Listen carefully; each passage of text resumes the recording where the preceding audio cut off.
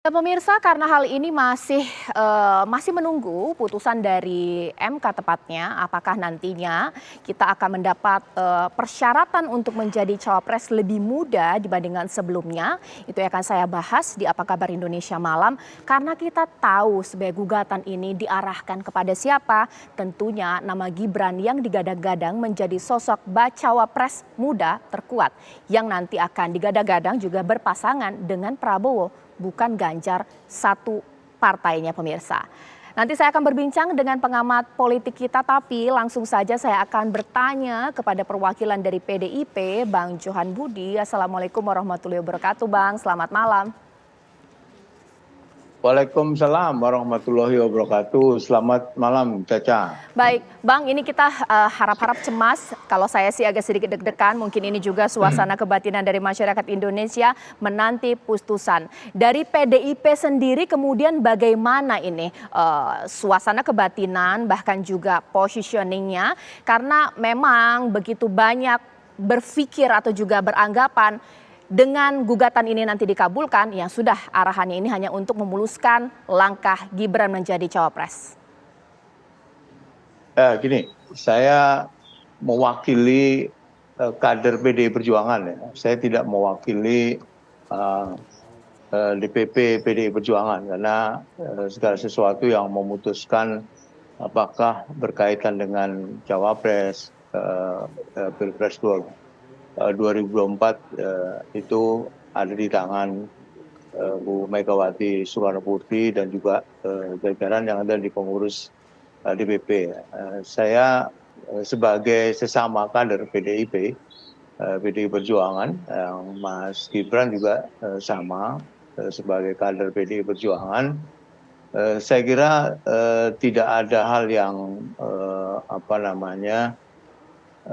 membuat resah atau apapun yang sama dengan kata resah itu ya.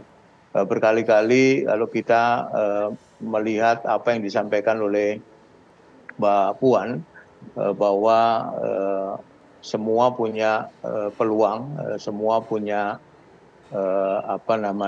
kesempatan yang sama, tidak pada usia atau jenis kelamin ya untuk berkontestasi di dalam Pilpres 2024. Nah, dalam konteks ini sampai hari ini setahu saya Mas Gibran masih kader PDI Perjuangan. Tentu sebagai kader PDI Perjuangan saya yakin juga Mas Gibran akan memberikan laporan ya kepada pengurus DPP. Saya mendengar sudah bicara juga dengan Mbak Puan mengenai kemungkinan ya, adanya kemungkinan di Pinang, dan sudah berkali-kali disampaikan juga dari pemberitaan yang ada, Mas Gibran ini di Pinang sebagai cawapresnya Pak Prabowo Subianto ya.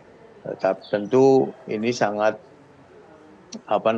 mempengaruhi kalau memang nanti keputusan Mahkamah Konstitusi katanya hari Senin ya, yang kemudian memberikan batasan atau menyetujui batasan capres dan cawapres itu di usia minimal 35 tahun. Memang seperti yang Caca sampaikan tadi, ada kemungkinan besar juga Mas Gibran akan running di cawapres ya. Saya tidak tahu apakah cawapresnya Pak Prabowo ataukah cawapresnya yang lain. Tapi kalau dari pernyataan-pernyataan yang selama ini saya baca, memang Mas Gibran diminta untuk menjadi cawapresnya Pak Prabowo Subianto. Sebagai sesama kader PDI Perjuangan, tentu ini akan mempengaruhi hubungan kalau Gibran mau setuju gitu ya menjadi cawapresnya Pak Prabowo, tentu ini mempengaruhi konstelasi politik yang ada di PDI Perjuangan. Tapi tidak mempengaruhi capres-cawapres yang selama ini memang diputuskan oleh Bu Mega di dalam kaitan dengan Pilpres 2024 untuk Mas Ganjar Pranowo. Oke, Saya Bang kira Johan itu, Budi. Caca. Bang Johan Budi, Ada beberapa kelompok dari masyarakat seakan bertanya-tanya, PDIP kok santai-santai aja ya, sudah sejak lama kemudian nama Gibran digadang-gadang akan berpasangan dengan Pak Prabowo, apalagi menunggu putusan dari Mahkamah Konstitusi. Apakah memang di dalamnya ini sudah banyak sekali pergolakan-pergolakan, bahkan juga jangan keluar dari PDIP, atau jangan-jangan sikap legowo ini adalah taktik dari PDIP sendiri, bagaimana? Ya, sekali lagi saya tentu tidak punya kewenangan untuk menyampaikan apa yang akan atau apa yang terjadi di dalam DPP ya, karena saya bukan pengurus DPP. Tetapi ini sesama kader, saya bicara sesama kader. Kalau kita melihat dari sejarah pencapresan ya, atau pilpres dari PDI Perjuangan, selalu memang memutuskan siapa capres cawapresnya itu kadang-kadang di last minute ya, sehingga saya yakin ini tidak ada kaitannya dengan gugatan yang ada di Mahkamah Konstitusi. Kalau kita melihat dari sejarah yang dilakukan oleh partai PDI Perjuangan, jadi ketika memutuskan, kalau di PDI Perjuangan kan diputuskan oleh Ibu Megawati Soekarno Putri ya, mengenai siapa capres dan cawapresnya. Karena saya sering mendengar di dalam pidato-pidato yang disampaikan oleh Ibu Megawati Soekarno Putri bahwa Bu Mega dalam konteks ini punya hak quote-unquote ya, prerogatif memutuskan siapa capres dan cawapres. Dan itu biasanya juga kalau kita belajar dari pengalaman yang ada, selalu diputuskan pada akhir-akhir atau di last minute. Jadi ini pengaruhnya menurut saya bukan soal buru-buru atau tidak buru-buru memutuskan capres cawapres dari PDI Perjuangan, tetapi ini menurut saya sebagai sama kader tentu akan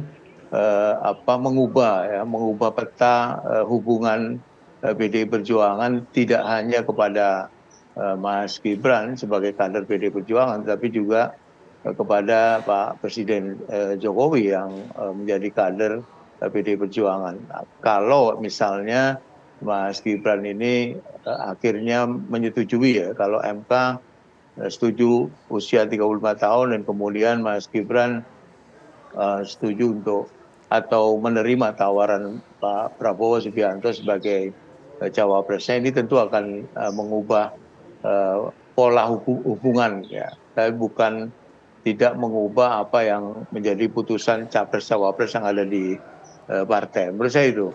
Oke, baik. Nanti sesaat lagi saya akan masih berbincang dengan Bang Johan Budi, bahkan saya nanti juga akan berbincang dengan pengamat politik kita untuk melihat ini kemudian seperti apa nanti kontestasinya. Karena bisa dua kemungkinan pemirsa, kalau Gibran bisa menjadi bacawa pres pemirsa, karena kategorisasi umur, bukan menjadi bacawa pres Pak Prabowo, bisa juga untuk Ganjar. Sesaat lagi. Pemirsa, kalau dalam ilmu politik itu sendiri, ada politik di depan layar, ada politik di belakang layar. Menjadi pertanyaannya, saya sudah bersama dengan Mas Adi Prayitno di sini. Gibran kadernya PDIP, tapi digadang-gadang oleh Pak Prabowo dari Gerindra. PDIP tenang-tenang saja. Apa sih dibalik ini? Karena keputusannya tanggal 16 nih. Ya, saya kira dua hal. Pertama, tentu saja PDIP merasa terusik dan pastinya terganggu ya, karena apapun judulnya, Gibran ini adalah salah satu kader terbaik yang dimiliki oleh PDIP saat ini. Selain putra presiden, kan Gibran dinilai punya kinerja yang cukup bagus di Solo ya.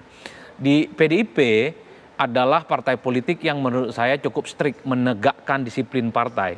Jadi kalau sudah ada pengumuman siapa calon presiden yang diumumkan, ketika sudah ada pengumuman siapa calon gubernur, bupati, dan wali kota yang diumumkan, maka tak boleh satupun ada kader di antara mereka itu yang tidak memberikan dukungannya secara loyal. Ini yang sepertinya membuat publik juga bertanya-tanya. Rasa-rasanya PDIP untuk kali ini kok sabar sekali. Iya. Apa ini? Kenapa? Saya membayangkan kalau ini bukan Gibran, bukan anak presiden, sepertinya sudah lama disiplinkan. Mungkin ditegur dengan keras atau mungkin diminta untuk mundur dan berhenti. Seperti yang terjadi pada Budiman Sujatmiko gitu. Oleh karena itu, sepertinya memang PDIP itu menganggap soal Gibran ini sesuatu yang spesial. Karena apapun Gibran ini anak presiden yang saya kira memang sedang ditunggu bagaimana nanti langkah politiknya ke depan. Apakah Mahkamah Konstitusi akan mengabulkan syarat soal capres dan cawapres bagi Gibran, dan yang menjadi pertanyaan adalah apakah Gibran akan mengambil kesempatan ini ataupun tidak. Jangan-jangan ini hanya ramai, kemudian boleh maju tapi tidak ambil kesempatan ini. Ya saya kira huru-hara ini bisa dihindari. Tapi kalau kesempatan ini diambil, Gibran maju bersama Prabowo Subianto, tentu ini semacam front politik terbuka kepada PDIP yang jelas-jelas kadernya itu juga akan saling berhadapan di 2024 Tapi yang akan mungkin tidak datang. sih Ganjar menjadi bacawa presnya, Gibran menjadi bacawa presnya Ganjar? Kalau kita membaca secara umum, kan belakangan PDIP juga sudah memunculkan nama Gibran masuk sebagai salah satu nama yang potensial akan mereka umumkan. Bagi saya ini semacam bahasa komunikasi politik sebenarnya kepada Gibran khususnya. Kalaupun toh ada godaan-godaan politik di tempat lain, bukannya di PDIP tidak menawarkan, tapi di PDIP itu ada mekanisme, yaitu keputusan penting melalui rapat di mana soal segala sesuatu terkait dengan Pilpres itu hanya dimandatkan kepada ketua umum mereka, Megawati Soekarno Putri, bukan dengan cara yang lain, ada orang lain mengusulkan, menggugat soal ke Mahkamah Konstitusi dan seterusnya. Oleh karena itu, kalau kita membaca secara umum, Cak, seakan-akan di Mahkamah Konstitusi ini ada asumsi umum akan dikabulkan. Syarat ataupun gembok yang selama ini akan menghambat Gibran maju, itu akan dikabulkan. Yang menjadi tanda tanya, apakah ini akan diambil kesempatan oleh Gibran atau tidak, tentu kita akan tunggu selanjutnya. Bang Johan Budi dari Mas Adi Praitno di sini mengatakan ini momen kali pertama PDIP santai-santai saja ini dengan kontestasi kadernya mau diambil oleh kubu sebelah. Apakah jangan-jangan bahwa bisa jadi dipasangkan dengan Ganjar, atau jangan-jangan PDIP sudah yakin kalaupun nanti diputus MK tidak akan ambil kesempatan ini Gibran, seperti apa? Ya, jadi seperti yang saya sampaikan ya, putusan capres cawapres itu ada di Ibu Megawati Soekarno Putri, dan itu tidak berrelevansi dengan Mahkamah Konstitusi. Artinya apapun yang diputuskan oleh Mahkamah Konstitusi berkaitan dengan usia atau batas usia capres dan cawapres itu tentu dikembalikan lagi kepada keputusan Bu Megawati Soekarno Putri. Mengenai PDI kok tenang-tenang saja atau tidak tenang-tenang saja, tentu ada parameter mengukur itu ya. Definisi tenang-tenang saja itu apa? Apa karena tidak ada yang statement keluar gitu misalnya, atau kenapa resah karena ada yang statement? Saya kira semua disikapi ya. Saya sendiri sekali lagi bukan pengurus di DPP partai ya, tapi kami sering diskusi di fraksi hal-hal yang berkaitan dengan di lantai 7 tempat PDI Perjuangan. Kami sering diskusi sebagai anggota fraksi PDI Perjuangan yang juga kader PDI Perjuangan, yang juga concern peduli dengan apa yang terjadi atau hiruk-pikuk yang terjadi selama ini dalam kaitan dengan kontestasi Pilpres di 2024. Tadi di awal sudah saya sampaikan, Caca, bahwa putusan Mahkamah Konstitusi, apapun putusan Mahkamah Konstitusi, itu tentu tidak berrelevansi atau tidak ada kaitannya dengan apa yang akan diputuskan oleh Bu Megawati Soekarno Putri. Saya membaca Gibran juga sudah melaporkan quote-unquote kepada beberapa pengurus DPP ya, termasuk kepada Mbak Puan, berkaitan dengan informasi yang menyebut bahwa Pak Prabowo Subianto meminang yang bersangkutan untuk dijadikan cawapresnya. Kemudian belakangan ini kita sering membaca mengenai deklarasi-deklarasi yang seolah-olah quote unquote itu sudah melihat bahwa keputusan Mahkamah Konstitusi itu akan mengarah pada batas minimalnya itu 35 tahun. Sehingga kemungkinan besar kalau itu diputuskan oleh Mahkamah Konstitusi sepertinya akan mengarah ke sana. Padahal Gibran adalah kader PDI Perjuangan. Nah, tadi di awal saya sampaikan pengaruhnya kepada siapa? Pengaruhnya tentu adalah hubungan antara PDI Perjuangan, terutama Bu Megawati Soekarno Putri, dengan kadernya yang sekarang jadi Presiden Republik Indonesia, ya, karena Gibran anaknya Presiden Republik Indonesia, maka itu yang menurut saya pola hubungan akan berubah.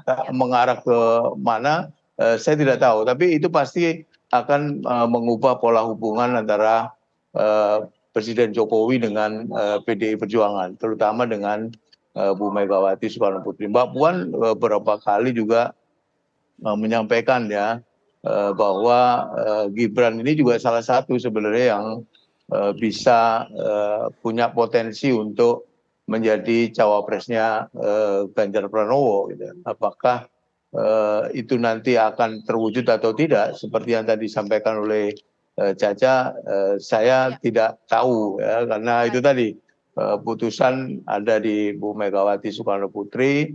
Dan sekarang